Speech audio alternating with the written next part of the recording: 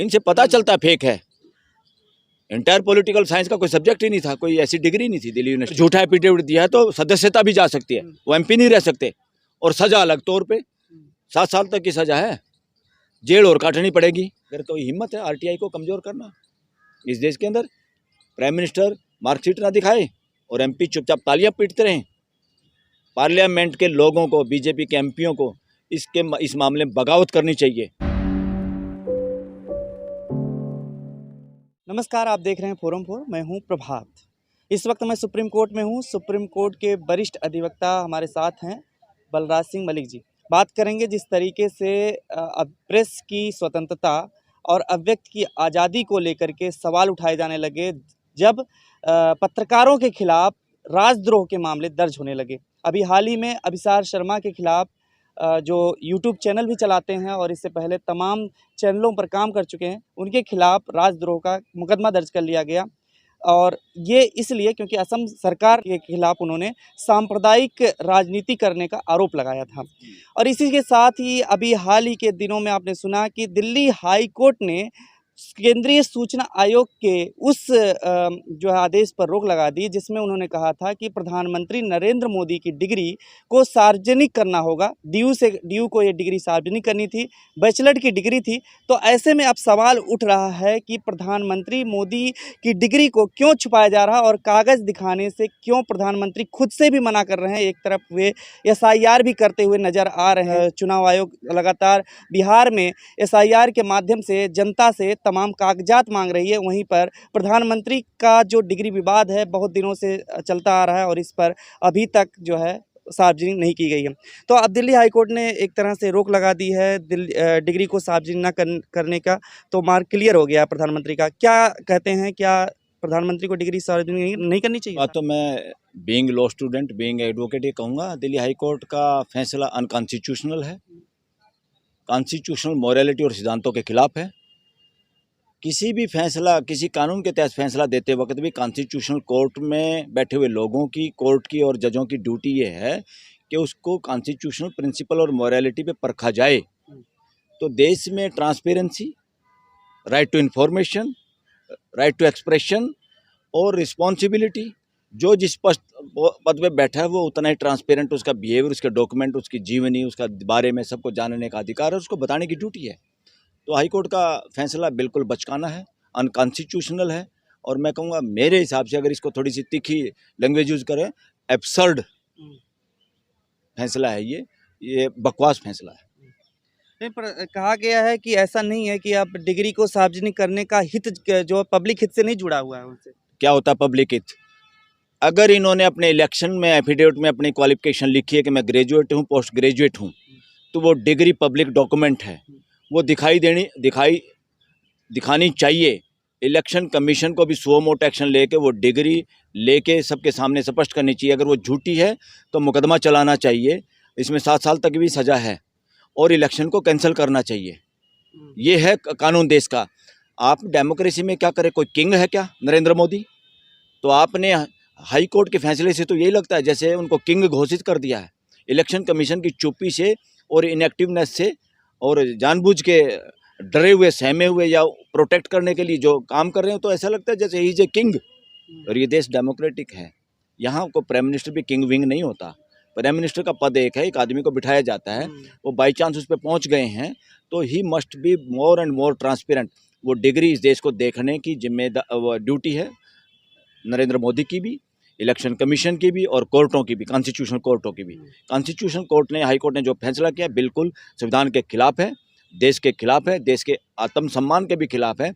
देश को चैलेंज है ये फैसला कि ये देश एक, इसका मतलब ये डेमोक्रेटिक कंट्री नहीं है, ये किंग का कंट्री है। किंग, राजा कुछ गलत नहीं कर सकता, या राजा के राज रहने दो, उसको कोई बता नहीं सकता। This is nonsense. नहीं, लॉजिक जो दिया जा रहा है कि प्रधानमंत्री की डिग्री नहीं, गलत है। अरे ये गलत है, ये देश के प्रति अपराध है। इसमें, इस अपराध में नरेंद्र मोदी शामिल है, इलेक्शन कमीशन शामिल है और मैं तो कहूँगा वो कोर्टें भी शामिल हैं, जो इस देश को अपने फैसलों के जरिए मूर्ख बनाना चाहते हैं, मूर्ख समझते हैं इस देश की जनता को, इस देश के संविधान को। This is wrong, this is nonsense going on in this country. ये नहीं हो सकता। इस खेल में जो लोग शामिल हैं सब देश के अपराधी अगर हैं। फेक भी हो तो पढ़ा लिखा होना जरूरी थोड़ी ना अरे वो- प्रधानमंत्री के लिए, ये मैं कहा कह जा रहा, है ये कौन कह रहा था उनको? हम्म, ये कौन कह रहा है भाई आप पढ़े लिखे होगे तभी आप प्रधानमंत्री हो सकते हैं? इस देश में क्वालिफिकेशन नहीं है एजुकेशन की। आप अनपढ़ भी हो तब भी आप इलेक्शन कंटेस्ट कर सकते हैं, प्रधानमंत्री बन सकते हैं। बड़ी बात तो ये है कि आदमी झूठ, चोरी और सीना जोरी, झूठ बोल के आप देश के प्रधानमंत्री बने हुए हैं, आप एफिडेविट झूठे दे रहे हैं और उसके लिए आप कानून भी बदल रहे हैं। आरटीआई या डॉक्यूमेंट कोई नहीं दिखा पाएगा, प्राइवेसी है। यूनिवर्सिटी, वो यूनिवर्सिटी जो देश के लिए शिक्षा के केंद्र हैं, वो यूनिवर्सिटी केस में इनको बचाने में लगी हुई है एक तरह से। इसका मतलब प्यादा हो गई है यूनिवर्सिटी भी देश के खिलाफ, संविधान के खिलाफ काम कर रही है कि वो केस कर रही है, वकीलों पे खर्चा कर रही है। और जिस आदमियों को ड्यूटी है देश के सरकारों को सलाह देने की, लीगल, उसमें अटॉर्नी जनरल की, उसकी टीम का आदमी सॉलिसिटर जाके वकालत कर रहा है। ये प्राइवेसी है? क्या प्राइवेसी है इसमें? नॉनसेंस है ये। देश को मूर्ख बना रहे हैं लोग। ये सारे के सारे लोग अपराध में शामिल हैं। ये देश के प्रति अपराध है, संविधान के प्रति अपराध है। उसमें वकील भी हो, चाहे कोई जज हो, चाहे कोई इलेक्शन कमीशन हो, चाहे खुद प्राइम मिनिस्टर हो, ये सारे देश के अपराधी हैं। अमित शाह जी ने जब उनकी डिग्री और को ये मजाक है देश के साथ। एक डेमोक्रेटिक देश का उल्लू बनाने का काम है ये। ऐसे नहीं हो सकता। या तो आप देश से माफ़ी मांगिए और कहिए मेरे से गलती हो गई, मैंने झूठ बोला है। आप झूठ बोलते हैं, झूठे एफिडेविट अगर कोई देता है, वो देश के लिए खाक आइकॉन होगा, देश के लिए खास आइडल पेश करेगा, देश की जनता, देश के लोगों के लिए बातें करते हो बड़ी बड़ी। ना तो आप प्रेस का सामना करने की हिम्मत आपकी, ना करी कहीं फ्री पत्रकार के किसी प्रश्नों के उत्तर देने की हिम्मत। उल्टा आप चोरी करते हो, सीनाजोरी करते हो, सारे सिस्टम को हाईजैक करते हो और छुपाते हो चीज़ों को। ये देश के प्रति अपराध है और देश को समझ जाना चाहिए। जो आदमी इस तरह का अपराध कर सकता है, कोई आदमी जनप्रतिनिधि होने का ढोंग अगर कोई करे और देश के सामने झूठा एफिडेविट दे और उसका कोई कुछ बिगाड़ ना पाए और संवैधानिक कोर्टें भी उसके अनुरूप फैसले दें और पूरा देश इंतजार कर रहा है, देश को इससे बड़ा क्या सबूत चाहिए? क्या होती है और अपराध मानसिकता? नहीं, अमित शाह जी ने तो डिग्री दिखाई थी, सार्वजनिक की थी। अब कहाँ है बिल में बढ़ गया अमित शाह? अमित शाह ने डिग्री दिखाई थी तो आज वो जब पत्रकारों के सामने दिखा रहा था तो अब वो देश के सामने दिखाने में क्या है? क्यों डर रहा है? और इधर उधर की बातें करता है वो आदमी। कहते हैं 30 दिन में जो जेल में रह गया उसको तो तुम जनप्रतिनिधि को, उसको तो हक नहीं है। जो आदमी झूठा एफिडेविट देकर अपनी मार्कशीट दिखाने की हिम्मत नहीं, अब अमित शाह की भी हिम्मत नहीं। तुम लोग प्राइम मिनिस्टर बने रहोगे, गृह मंत्री बने रहोगे, मजाक बना रखा है। कानून भी वो लेके आते हो जो देश के साथ षड्यंत्र रचना चाहते हो। ये षड्यंत्र क्यों रच रहे हैं? क्योंकि इस तरह के पार्लियामेंटेरियन हो गए हैं बीजेपी के, जो इनको आंख मीच के समर्थन दे रहे हैं, डर के मारे इस तरह की नपुंसकता दिखा रहे हैं। पूरी पार्टी को हाईजैक होना गलत है। ये सब जनप्रतिनिधियों की ड्यूटी है कि इस बात का विरोध करिए और इससे कलंक लगेगा, हिस्ट्री बनेगी ये, और इसमें बीजेपी और आरएसएस को सालों सालों तक भुगतना पड़ेगा इस तरह की बदमाशियों को। लेकिन सर आपने देखा था अरविंद केजरीवाल ने जब सवाल उठाया था मुख्यमंत्री, तो उनके खिलाफ भी जो है कार्रवाई चलने लग गई। यस यही तो बदमाशी है, चोरी और सीनाजोरी। उल्टा जो आपसे जायज बात पूछते उसका उत्तर देने के बजाय लोगों को मुकदमे बनाते हो, आप हिसाब देते नहीं। ये कह रहे हैं झूठा, और देश पे कह रहे हैं झूठा तो है ही नहीं। वो कह रहे हैं प्रधानमंत्री की डिग्री को लेकर के सवाल उठाने का। अरे कानून ये है, अगर झूठा एफिडेविट दिया है तो सदस्यता भी जा सकती है, वो एमपी नहीं रह सकते। और सजा अलग तौर पे 7 साल तक की सजा है, जेल और काटनी पड़ेगी। तो आप अपनी कमजोरियां छिपाने के लिए, अपने अपराध मिटाने के लिए देश में कानूनों में परिवर्तन कर रहे हैं। देश के हित में कानून परिवर्तन कर रहे हैं। क्लियर नहीं हो पाया कि प्रधानमंत्री डिग्री फेक है या सही है। अरे इन बातों से तो पता चलता फेक है। इसमें क्यों रॉकेट साइंस है क्या? इनसे पता चलता फेक है।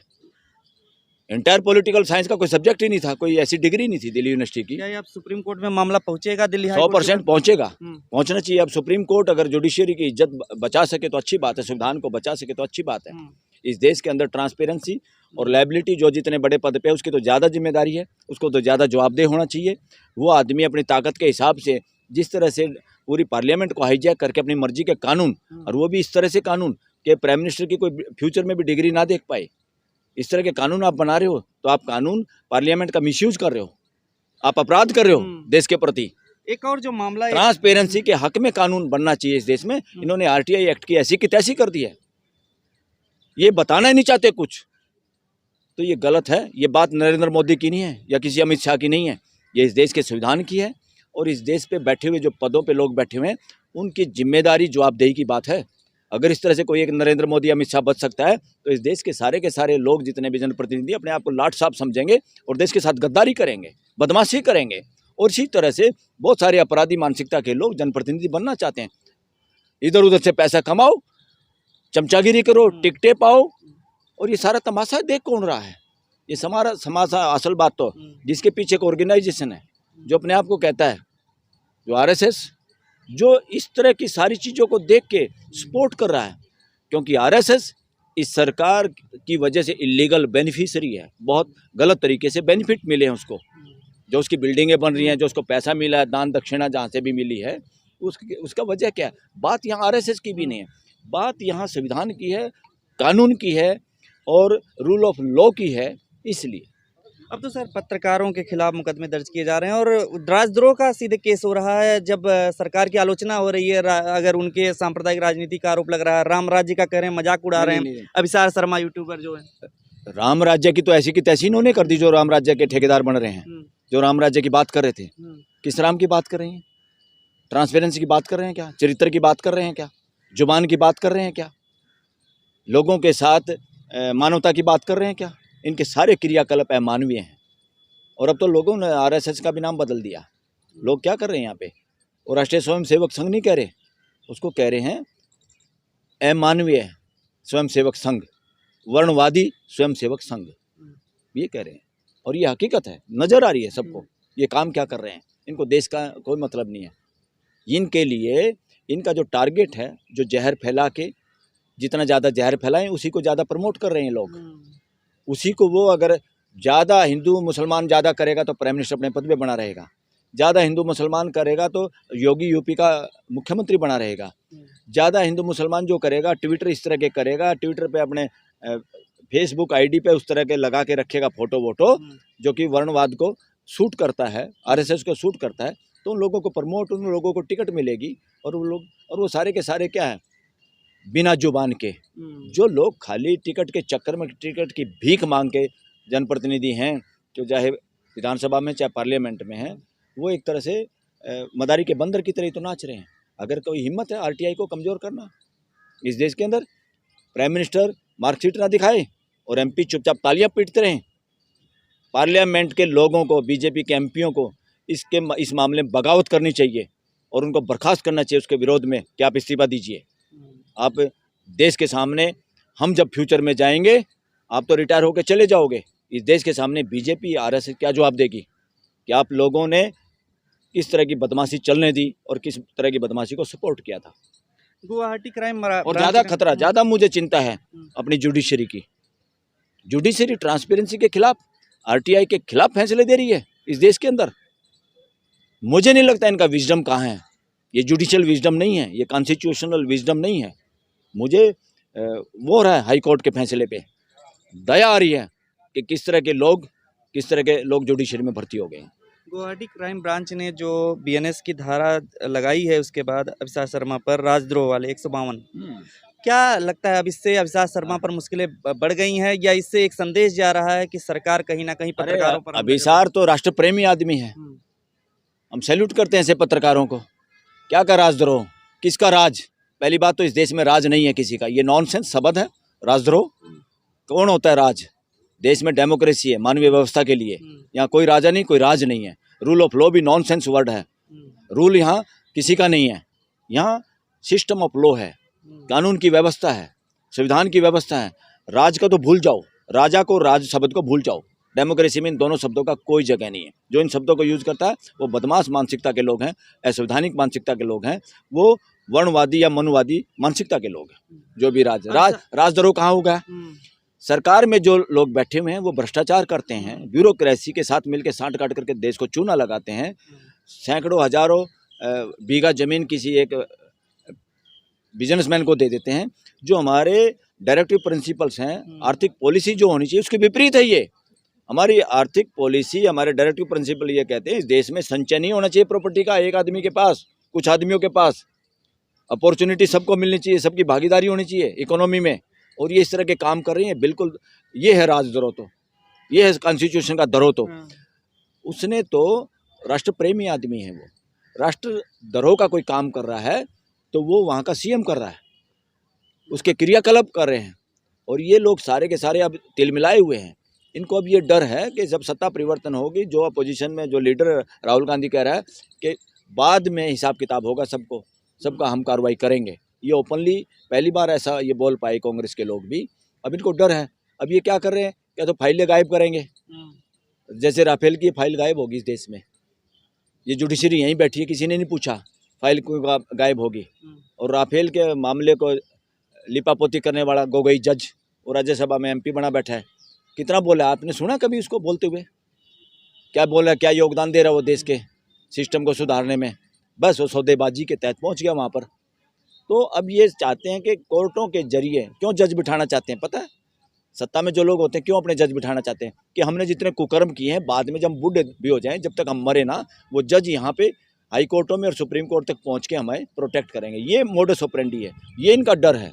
और ये कोर्टों के जरिए फैसले करवाना चाहते हैं ताकि फ्यूचर में जो भी केस वेस बनना चाहे हमारे खिलाफ, वो ये अभी निपट जाएं, ताकि बाद में तो हमारे ऊपर कोई कार्रवाई हो, ताकि हम जेल में वो खुद की चक्की पीसिंग ना करे, जो नरेंद्र मोदी भाषणों में अक्सर करता था। जो पहले ये जो लोग महाराष्ट्र के उसमें जो डिप्टी सीएम बनाया, उसके बारे में चक्की पीसिंग क्या ड्रामे कर रहा था उसमें। तो सौरभ भारद्वाज के खिलाफ भी अब ईडी की रेड आज पड़ गई है। तो कौन से सौरभ भारद्वाज? ये जो यहाँ पे दिल्ली के आम आदमी पार्टी के। अरे सुप्रीम कोर्ट ने कई बार कह दिया, उसके बावजूद भी ये अफसर डेमोक्रेसी या कॉन्स्टिट्यूशनल थोड़ा वो कर रहे हैं। गलत आदेश कोई दे देता मंत्री, वो चाहे वो फाइनेंस मिनिस्टर हो चाहे गृह मंत्री हो, ये लोग उनको दबाव डालते हैं अफसरों पे। अफसर अपनी नौकरी पोस्टिंग बचाने के चक्कर में चुपचाप ऐसे काम करते हैं। और ईडी वीडी की कार्रवाई करके ये कर लेंगे जितनी करेंगे लोगों पे। लोगों को नहीं डरना चाहिए ईडी वीडी की कार्रवाई से। सुप्रीम कोर्ट भी समझ गई है और देश के वकील भी इसके प्रति अब ज़्यादा जागरूक हैं। देश के लोगों की जान कैसे बचाई जानी है, और ये जितना अब ये करेंगे जल्दबाजी में, जिन लोगों के खिलाफ ये कार्रवाई करेंगे, उल्टा इनके गले का सांप बन जाएगा। वो जो ये बदले की भावना से जो कार्रवाई करता है उसको भुगतना खुद पड़ता है। ये अच्छी बात नहीं है इनके लिए।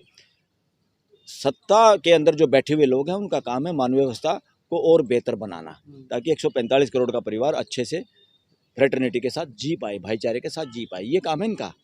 ये करके मैं 20 बार एमपी बन गया, मैं 10 बार बन गया, मैं सबसे ज़्यादा लंबे समय तक प्राइम मिनिस्टर बन गया, मैं इतने दिन तक सीएम बन गया। क्या बन गया? अब तुम लाट साहब बन गए भाई। तुम ये बताओ तुमने काम क्या किया? तुमने चोरी कितनी की? तुमने सीना चोरी कितनी की? तुम तो अपनी मार्कशीट नहीं दिखा पा रहे देश को। क्या है, तुम 50 साल भी पीएम रह जाओ, क्या हुआ? और दूसरा जनता पे है, ये हम सब पे, सिटीजन पे ये लानत है कि ऐसे आदमी, ऐसे न्यायालय जो इस देश के संविधान के खिलाफ काम करें और हम लोग चुप। तो चुप होने का नहीं, देश की अदालत को खुद काम करना होगा। देश की जनता सबसे बड़ी अदालत है। बहुत बहुत शुक्रिया सर, हमसे बात करने। खबरों में बने रहने के लिए फोरम 4 को सब्सक्राइब करें और नोटिफिकेशन पाने के लिए बेल आइकन दबाएं।